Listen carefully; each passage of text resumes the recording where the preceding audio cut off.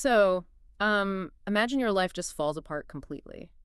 And, we're not just talking about a bad quarter at the office or like a difficult breakup. Right. We are talking about absolute catastrophic ruin here. Exactly. Like, in the span of a single afternoon, you lose your life's work, your entire family, and eventually your own physical health. Oh, it's devastating. Yeah, you find yourself sitting in the actual ashes of your former life, just scraping at an agonizing physical disease, utterly decimated. The lowest point a human can reach, really. Right.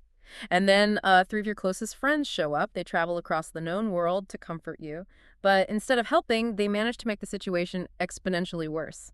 They basically turn a physical tragedy into a suffocating psychological nightmare. It really is the ultimate betrayal of trust.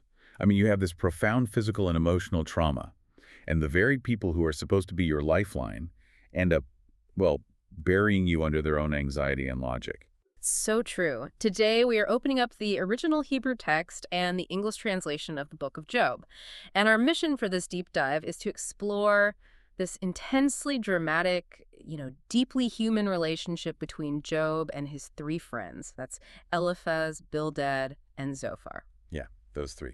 The original frenemies, you could say. Exactly. We're going to unpack the evolution of their failed empathy, exploring how a genuine attempt at comfort devolves into cruelty, and really what this ancient text teaches us about how we respond to senseless suffering today. Because, I mean, we've all been on both sides of this. Oh, 100%. We've been the person bleeding out who just wants a friend, and we've been the terrified friend who awkwardly tries to offer a silver lining just to make the tension go away. So, okay, let's unpack this. How do three guys who travel across the ancient world to support their friend end up becoming his primary tormentors? Well, to understand the depths of that failure, we have to look at how beautifully their attempt at comfort actually begins. I mean, the text sets up Job as a man of immense stature in the land of Uz. He's wholehearted and upright. The guy has it all. Right. He is at the absolute peak of society. He has immense wealth, a large family. And then the narrative pulls back the curtain to reveal this cosmic wager. Ah, right. Satan and God. Exactly. Yeah. Satan essentially tells God that Job's righteousness is purely transactional. The argument is like Job only fears God because God has put a protective hedge around him. Satan says, remove the hedge, let him suffer, and he will curse you. And the collapse of that hedge is just relentless. I mean, messengers arrive back to back, totally breathless. Foreign raiding parties steal the livestock. A catastrophic fire of God falls from the sky. It's just one thing after another. Yeah. And finally, a great wind strikes the house where all 10 of Job's children are feasting, collapsing the structure and killing everyone inside. It's almost like the text is setting up this sterile, brutal laboratory experiment, like pushing a human being to the absolute limits of endurance just to see what breaks first, his faith or his mind. And Job's immediate reaction defies the wager. He tears his mantle, shaves his head, falls to the ground, and utters that famous line about coming naked from the womb and returning naked. He refuses to curse God. But the trial escalates, right? It does. He is struck with a severe, disfiguring skin disease. The text describes him covered in sore boils from head to toe, sitting in a pile of ashes, scraping his ruined skin with a piece of broken pottery. A potsherd. Just scraping himself? Oh, wow. Visually, it is the portrait of total, inescapable desolation. Enter the friends. So Eliphaz, Bildad, and Zophar hear about this unprecedented string of evils, and they make an appointment to come bemoan and comfort him. A very intentional trip. Right. And when they arrive, the disease and grief have so disfigured Job that they don't even recognize him from a distance. Which is saying something about how bad he looked. Yeah. When they finally realize it's him, they break down. They weep. They tear their clothes, and they throw dust upon their heads toward heaven. Such a dramatic, physical expression of grief. And then they do something that feels incredibly counterintuitive to our modern sensibilities.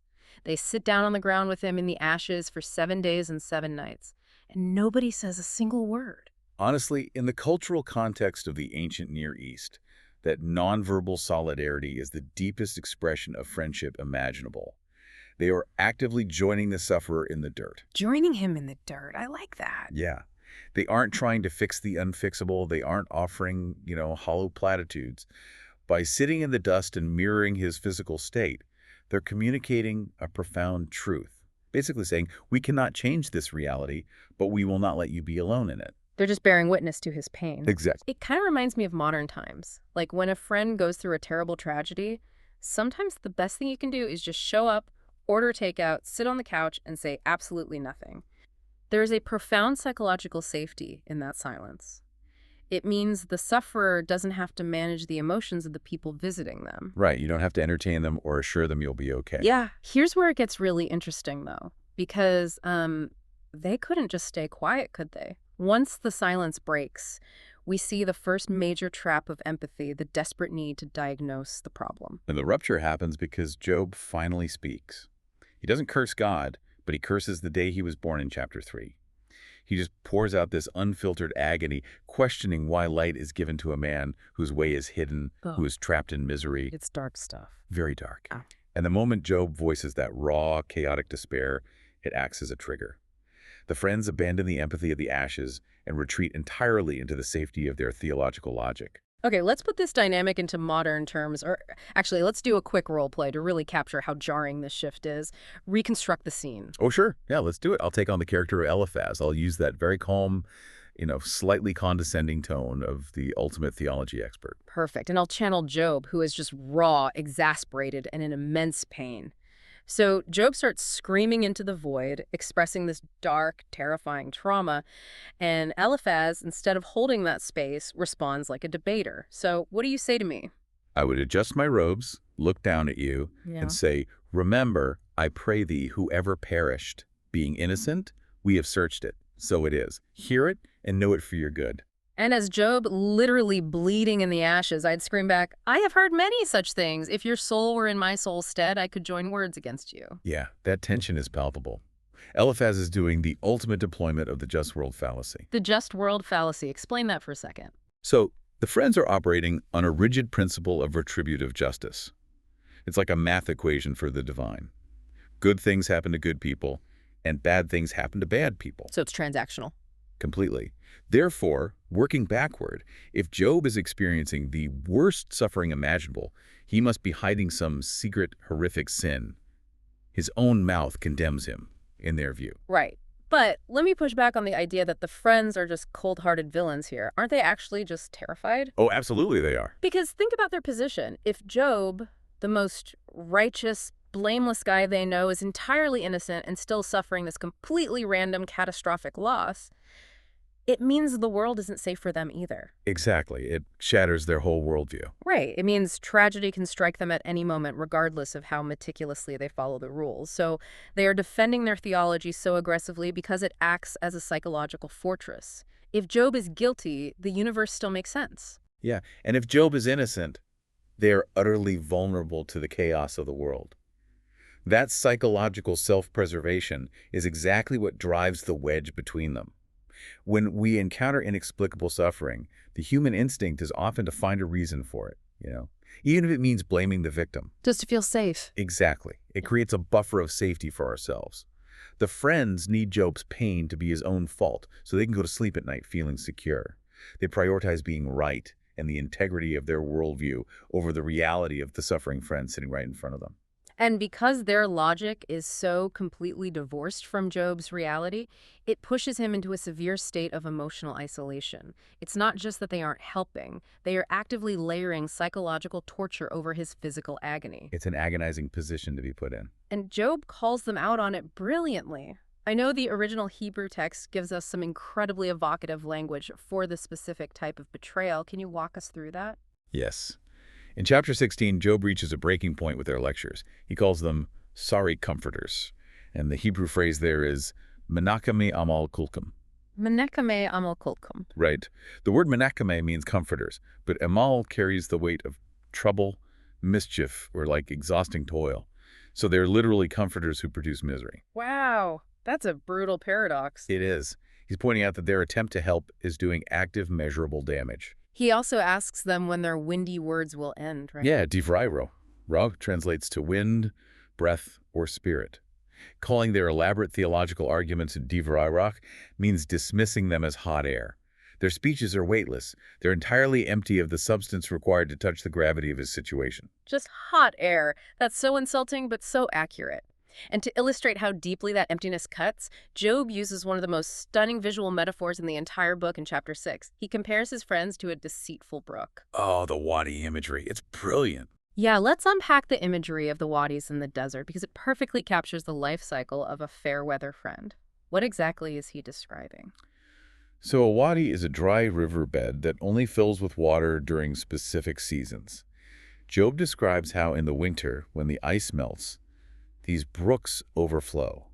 They look dark, deep, and incredibly reliable. But then summer hits. Right. When the weather turns hot, when the desert sun beats down, the text says they vanish. When it is hot, they are consumed out of their place. And Job paints this picture of caravans of travelers from Tema and Sheba altering their routes. They journey through the scorching heat because they are relying on the memory of that water. And they arrive dying of thirst, only to find dry dust. It's heartbreaking. It really is. That is exactly how Job feels about Eliphaz, Bildad, and Zophar. When times were good and the stakes were low, their friendship was overflowing. But now that the fire has fallen from the sky and Job is dying of thirst for just an ounce of compassion, they evaporate. And the psychological toll of that evaporation is a profound, suffocating claustrophobia. Job details this alienation meticulously in chapter 19. The isolation isn't just limited to the three friends arguing with him. The social fabric of his entire world has unraveled. Everyone turns on him. Yeah, he says God has put his brethren far away. His familiar friends have forgotten him. The betrayal seeps into his own household, too. He notes that his maids count him as an alien, like a total stranger. He calls for his servant, and the servant just ignores him. Even his own wife abhors his breath. It's total alienation. He is effectively a ghost, a man utterly alone in the universe, trapped on an ash heap. Imagine that for a second. The people who came to lift you up just dug a pit for you, trapping you in a debate when you just need a lifeline. Amidst that total rejection, Job utters a plea that strips away all the theological posturing. He cries out, have pity upon me, O ye my friends, for the hand of God hath touched me. He's just begging. He is begging them to drop the debate. He doesn't want arguments, and he doesn't need them to solve the cosmic mystery of his suffering. He simply needs human validation. Job tells them, teach me, and I will hold my peace. Right, like if you actually had real wisdom, I'd listen. Exactly. If they could actually point to something real, he would listen. Yeah. But they can't. They just keep spinning the same tired equation. And this highlights what true empathy actually requires from the perspective of the sufferer. Which is exactly, what is the true language of empathy here? The language of true empathy demands that the comforter suspend their own need to have all the answers. It requires sitting in the discomfort of the unknown. Job's faith during this period is incredibly messy. It isn't polite or orthodox. He accuses God of acting like a cruel archer shooting poisoned arrows at him. Yeah. He demands a cosmic trial to prove his innocence. He screams at the heavens. But crucially, his response is honest. It reflects the chaotic reality of human suffering. The Friends' theology, conversely, is perfectly neat, tidy, and fundamentally false. And because the Friends' logic is so entirely insulated, it requires a reality check from outside their echo chamber. Because after endless chapters of these circular, exhausting arguments and a brief interlude where a younger guy named Elihu yells at everyone, the ultimate authority finally steps in.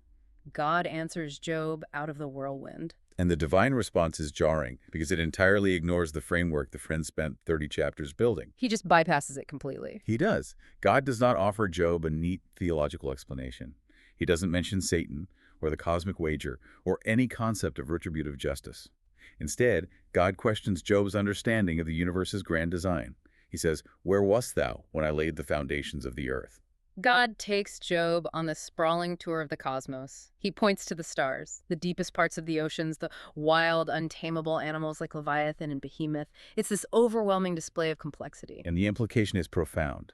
God is demonstrating that the universe is far too wild, mysterious, and complex to be reduced to the strict moral calculus the Friends have been peddling. So the whole good things happen to good people idea. It's a human invention. It's designed to make a terrifying universe feel manageable. It is not how the cosmos actually operates. Wow. And that revelation sets the stage for the crucial resolution in chapter 42, which completely flips the dynamic of the entire book. God turns his attention away from Job and speaks directly to Eliphaz, and God's verdict on their attempt at comfort is devastating. It really is. God says, "My wrath is kindled against thee, and against thy two friends, for ye have not spoken of me the thing that is right, as my servant Job hath." It is a brilliant subversion of expectations. I mean, the Friends were the ones vigorously defending God's justice. They were acting as the self-appointed lawyers of the divine, protecting God's reputation at the expense of their friend. While Job was the one rebelling. Right.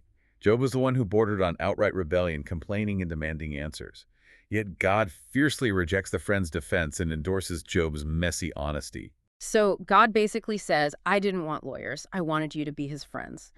Job brought his pain, his anger, and his confusion directly to the source, wrestling with the divine in the dirt. But the friends stayed clean. They sat above the fray, offering orthodox lies that ultimately misrepresented the nature of reality. Yeah, God vastly prefers the angry, raw honesty of a sufferer over the cold, tidy platitudes of those who are comfortable. And because the friends failed so spectacularly, the path to their own forgiveness involves the ultimate humbling. God demands that Eliphaz, Bildad, and Zophar take 7 bulls and 7 rams and offer a burnt offering for themselves. But the sacrifice alone isn't enough. Right, this is the craziest part. God dictates that Job, the very man they spent weeks accusing of being a secret, terrible sinner, must pray for them so that God will not deal with them unseemly. The guys who appointed themselves the moral judges of the universe now have to hand their sacrifices to the man on the ash heap and ask him to save them from divine wrath. It forces this deeply uncomfortable but vital reconciliation. And the text specifically notes a sequence of events right after this that carries massive implications. It says, "And the Lord changed the fortune of Job when he prayed for his friends." That is just, it's huge. So, wrapping up this deep dive, the narrative arc here is stunning. We started with 7 days of beautiful, dusty, silent solidarity, the perfect embodiment of ancient empathy. Yeah, sitting in the dirt together. But then we watched that dissolve into endless chapters of hurtful, windy words where comforters abandon compassion just to protect their own fragile worldview. Trying to logic away someone else's tragedy is an act of self-service, not comfort. Exactly. We see how a desperate need for the world to make sense can turn us into that deceitful brook. You know, the friend who is overflowing when life is easy, but vanishes into dry dust the moment real emotional heavy lifting is required. So for you listening, the next time you find yourself sitting across from someone experiencing inexplicable pain, remember the trap of the whirlwind. So important. Resist the urge to diagnose. Resist the instinct to offer a theological or logical fix just to soothe your own anxiety. Sometimes the absolute most profound thing you can do is just hold the space, stay in the ashes, and let the silence do the work. It requires immense courage to sit in the discomfort of the unknown alongside someone who is hurting. But the final verse leaves us with a thought that is even more challenging. Let's hear it. The text explicitly states that Job's fortunes were restored, and his true healing began when he prayed for the friends who had just spent weeks tormenting him with their logic. It forces us to confront a profound, difficult question about the nature of our own restoration. Which is? Does true healing from our deepest suffering ultimately require us to eventually forgive the very people who comforted us the wrong way?